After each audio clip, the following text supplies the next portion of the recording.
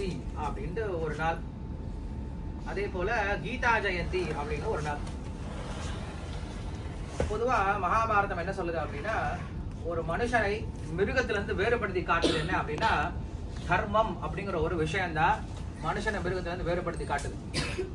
தர்மம் இல்லை அப்படின்னா மனித சமுதாயம் என்ன மாறி போயிடுமா, மிருக சமுதாயமா மாறி போயிடும். தர்மம்ன்ற ஒரு விஷயம் இருக்கிறதுனாலதான் மனிதர்களா இருந்துட்டு இருக்காங்க. மதுரையில 30 லட்சம் மக்கள் இருக்கலாம். 30 லட்சம் மக்களுக்கு எத்தனை போலீஸ்காரங்க இருக்காங்க அப்படின்னா ஒரு 30,000 பேர் இருப்பாங்கன்னு வச்சுக்கோங்களேன். இந்த 30,000 பேரும் 30 லட்சம் பேர் என்ன பண்ண முடியாது, எப்பயுமே கண்ட்ரோல்லயே வச்சுட்டு இருக்க முடியாது. அப்ப மனுஷங்களா பார்த்து அவங்கெல்லாம் கண்ட்ரோல்ல இருக்கிறதுனாலதான் போலீஸ் என்ன பண்றாங்க, தப்பு செய்யறவங்களை மட்டும் சரிப்படுத்திட்டு நடத்திட்டு போயிட்டு இருக்காங்க. அப்ப மனிதர்களுக்குள்ளார என்ன இருக்கு அப்படின்னா இந்த தர்ம சிந்தனை அப்படிங்கிறது இன்னைக்கு இருந்துதான் இருக்கு. நாம் இப்படித்தான் வாழணும், இப்படி வாழக்கூடாது அப்படின்ற சிந்தனை இன்னைக்கு நம்மளுக்கு இருந்துட்டு இருக்கு. அது மிருகங்களுக்கு கிடையாது. மிருகங்கள் என்ன பண்ணும் அப்படின்னா, என் வயிறு நிறைய இருக்கு, நான் என்ன வேணா செய்ய தயாரா இருக்கேன், நான் சந்தோஷமா இருக்கிறதுக்கு நான் என்ன வேணா செய்வேன், யார்கிட்ட என்ன பண்ண மாட்டேன், பர்மிஷன்லாம் கேட்க மாட்டேன், யார்கிட்ட நான் இதை செய்யணும் சட்டம்லாம் எனக்கு கிடையாது. மிருகத்துக்கு எந்த சட்டமுமே கிடையாது. அதனாலதான் மிருக சமுதாயம் அப்படிங்கிறது அப்படியே இருந்துட்டு இருக்கு. ஆனா மனித சமுதாயம் இன்னைக்கு என்ன இருக்கு, கொஞ்சம் கொஞ்சமா முன்னேற்றத்தை அடைஞ்சு போயிட்டு இருக்கு. நான் இன்னைக்கு என்ன பண்ணுது, அப்படியே போட்ட கீழே சாப்பிட்டுதான் இருக்கும் இல்லையா. அதனால முன்னேற முடியாது. காரணம் என்ன அப்படின்னா, அதற்கு தர்மம் அப்படிங்கிற ஒரு விஷயம் கிடையாது. சோ தர்மம்ன்ற விஷயம் இருக்கிறதுனாலதான் மனித சமுதாயம் முன்னேற்றம் அடைஞ்சிட்டு இருக்கு. மனித சமுதாயமா இருந்துட்டு இருக்கு. அந்த தர்மத்தை சொல்றதுதான் நம்ம என்ன சொல்றோம் அப்படின்னா சாஸ்திரங்கள் அப்படின்னு சொல்றோம். எப்படி ஒரு கடையில நம்ம வேலை செய்யணும் அப்படின்னா கண்டிப்பா இந்த கடையினுடைய ரூல்ஸை நீங்க ஃபாலோ பண்ணணும். எப்படி ஒரு நாட்டுல நீங்க வாழணும் அப்படின்னா அந்த நாட்டினுடைய சட்டத்தை ஃபாலோ பண்ணணும்.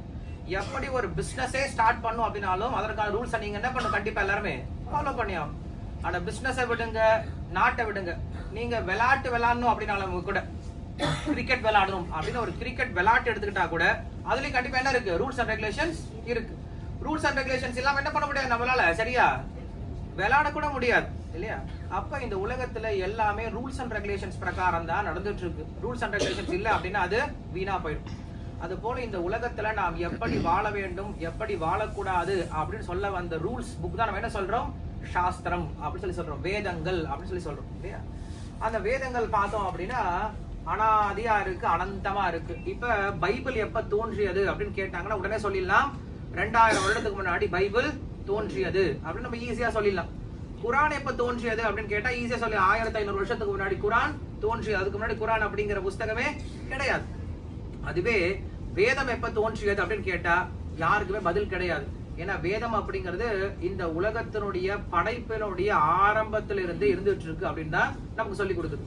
வேதத்துக்கு யாரும் என்ன பண்ண முடியாது, டேட்டையே சொல்ல முடியாது, டைமே பிக்ஸ் பண்ண முடியாது. அதுதான் நம்முடைய சனாதன தர்மம், நம்முடைய மிக பெருமை. அது ஒரு விஷயம். அனந்தாக அனாதி அப்படின்னு சொல்றாங்க. அனாதி அப்படின்னா அதுக்கு டேட்டே கிடையாது. வேதம் இப்பதான் தோன்றியது அப்படிங்கிறது கிடையாது. சகயஜ்ஞா பிரஜா சிருஷ்டுவா புரோவாச்ச பிரஜாபதி அனேன பிரசவிஷ்யத்வம் ஏஷவோதிஷ்ட காமதுக்கு அப்படின்னு கிருஷ்ணர் பகவத்கீதையில சொல்றாரு. இந்த உலகத்தினுடைய ஆரம்பத்தில் நான் என்ன பண்றேன், வேதத்தை மனிதனோட சேர்த்து அனுப்பி வைக்கிறேன்னு சொல்லி சொல்றாரு. எப்படி ஒரு மெஷின் வாங்கணும் அப்படின்னா அந்த மெஷினோட சேர்த்து கேட்லாக் வரும் இல்லையா, யூசர் மேனுவல் வரும் இல்ல, அந்த யூசர் மேனுவல் பார்த்து நம்ம என்ன பண்ணலாம், அந்த மெஷினை எப்படி யூஸ் பண்றதுன்னு தெரிஞ்சுக்கலாம். அதே போல பகவான் என்ன பண்றாரு, நாம் இந்த உலகத்துல படைக்கப்படும் பொழுது சூரிய சந்திரர்களை படைக்கும் பொழுது என்ன பண்றாரு, இந்த வேதத்தையும் சேர்த்து அனுப்பி வச்சிருக்காரா. இதன் பிரகாரம் வாழ்ந்து உங்க வாழ்க்கையை நீங்க சந்தோஷம் அமைச்சுக்கோங்கன்னு சொல்லி அனுப்பி வைக்கிறார்.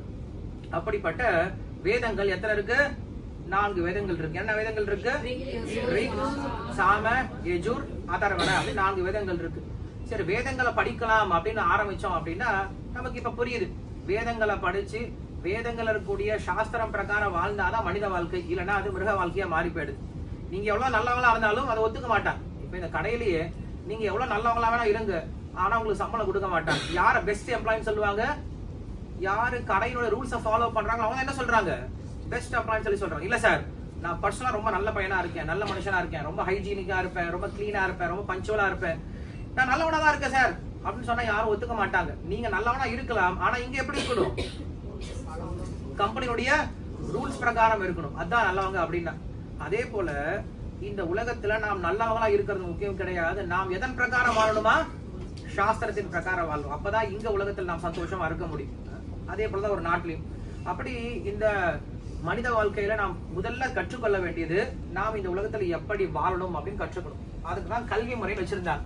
ஸோ அந்த காலத்துல கல்வி முறை எப்படி இருந்தது அப்படின்னா குருகுல கல்வியா இருந்தது. ஸோ எல்லாரும் என்ன பண்ணுவாங்க, குருவை போய் அணுகுவாங்க. குரு என்ன பண்ணுவார், அவனுக்கு 25 வயசு வரைக்கும் சொல்லி கொடுப்பாரு. அதன் பிறகுதான் அவங்க வீட்டுக்கு போய் கல்யாணம் பண்ணிட்டு மற்ற காரியங்கள்லாம் பண்ணுவாங்க. அவங்களுக்கு அப்ப சொல்லி கொடுத்துட்டு இருந்தாங்க. இன்னைக்கு கல்வி முறை அப்படியே கிடையவே கிடையாது. இன்னைக்கு கல்வி முறையில ஒரு பிரயோஜனமும் கிடையாது. படிச்சதெல்லாம் இன்னைக்கு என்னதா உண்மையில வீண் தான். நானும் இன்ஜினியரிங் படிச்சிருக்கேன், அவங்க ஏதோ படிச்சிருக்காங்க, இவங்க ஏதோ படிச்சிருக்காங்க, எல்லாரும் படிச்சிருக்கோம். பட் எல்லாமே சர்டிபிகேட்டா இருக்கே தவிர எதுவுமே புத்திலையும் கிடையாது, எதுவுமே நம்மளுடைய நடத்தையிலையும் கிடையாது. பிரயோஜனம் எல்லாம் போயிடுச்சு. நம்ம கல்வி முறை இன்னைக்கு 0 ஆயிடுது. அப்ப அந்த காலத்துல என்ன பண்ணாங்கன்னா எல்லாருக்கும் வேதங்களை ஆரம்ப காலத்துல சொல்லி கொடுக்க ஆரம்பிச்சாங்க. ஆனா வேதங்களை படிக்கிறது அவ்வளவு சுலபம் கிடையாது. ஏன்னா நிறைய இருக்கு, எல்லாம் படிக்க ரொம்ப சுலபம் கிடையாது. அப்ப என்ன பண்ணாங்கன்னா அந்த விஷயத்தினுடைய சாரத்தை மட்டும் எடுத்து கொடுத்தாங்க. இப்ப 100 பக்கம் இருக்குன்னா 100 பக்கத்தை நம்ம படிக்க மாட்டோம். ஏன்பா இது என்ன விஷயம் அதை மட்டும் சொல்ல அப்படின்னு உடனே கேட்டுரும். அது போல என்ன பண்ணாங்க, வேதத்தினுடைய சாரத்தை மட்டும் சொல்லி கொடுக்க ஆரம்பிச்சாங்க. அதுக்கு பேர் தான் உபனிஷத்துக்கள் அப்படின்னு சொல்றாங்க. என்னது உபனிஷத்? என்னது? எல்லாரும் வாய் திறந்து சொல்லுங்க பார்க்கலாம். உபனிஷத் அப்படின்னா வேதத்தினுடைய சாரத்தை நம்ம என்ன சொல்றோம், உபனிஷத் அப்படின்னு சொல்லி சொல்றோம். அப்போ ஒவ்வொரு வேதத்துக்கு என்ன இருக்கு, ஒரு உபனிஷத்து இருக்கும். ரிக் வேதத்துக்கு உபனிஷத்து இருக்கு, யஜுர் வேதத்துக்கு உபனிஷத்து இருக்கு, அதர்வ வேதத்துக்கு உபனிஷத்து இருக்கு, சாம வேதத்துக்கு உபனிஷத்து இருக்கு.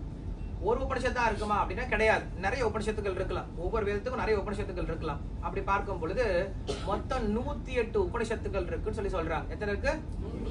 108 உபனிஷத்து இருக்கு.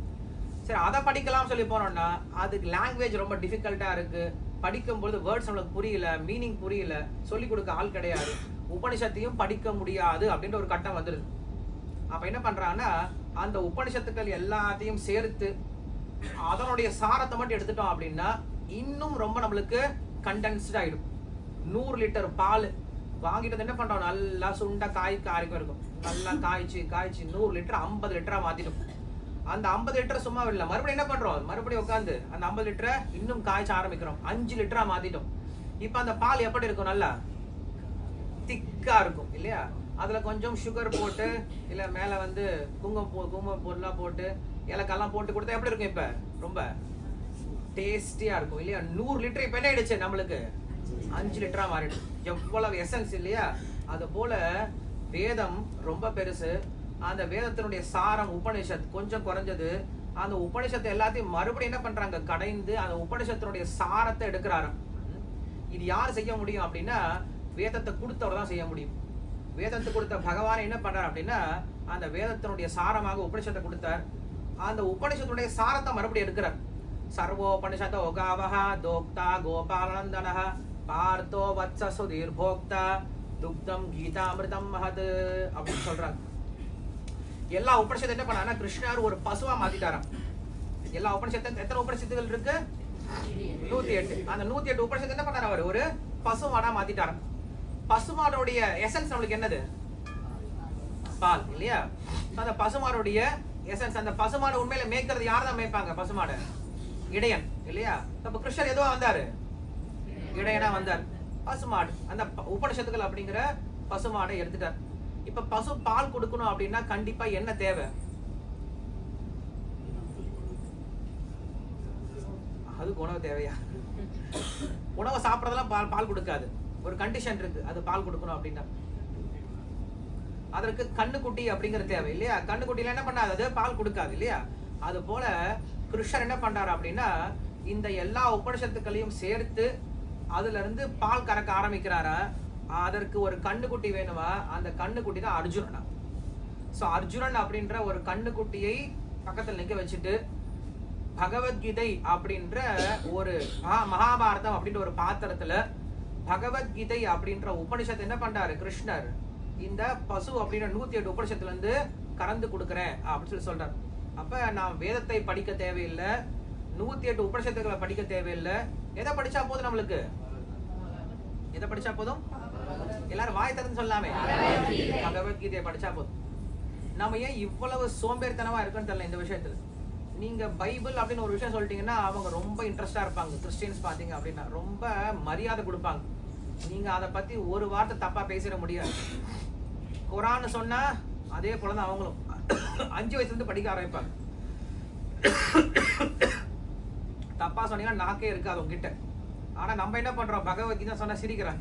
பகவத்கீதையா சார் தண்ணீர் தான் கொடுக்கும்.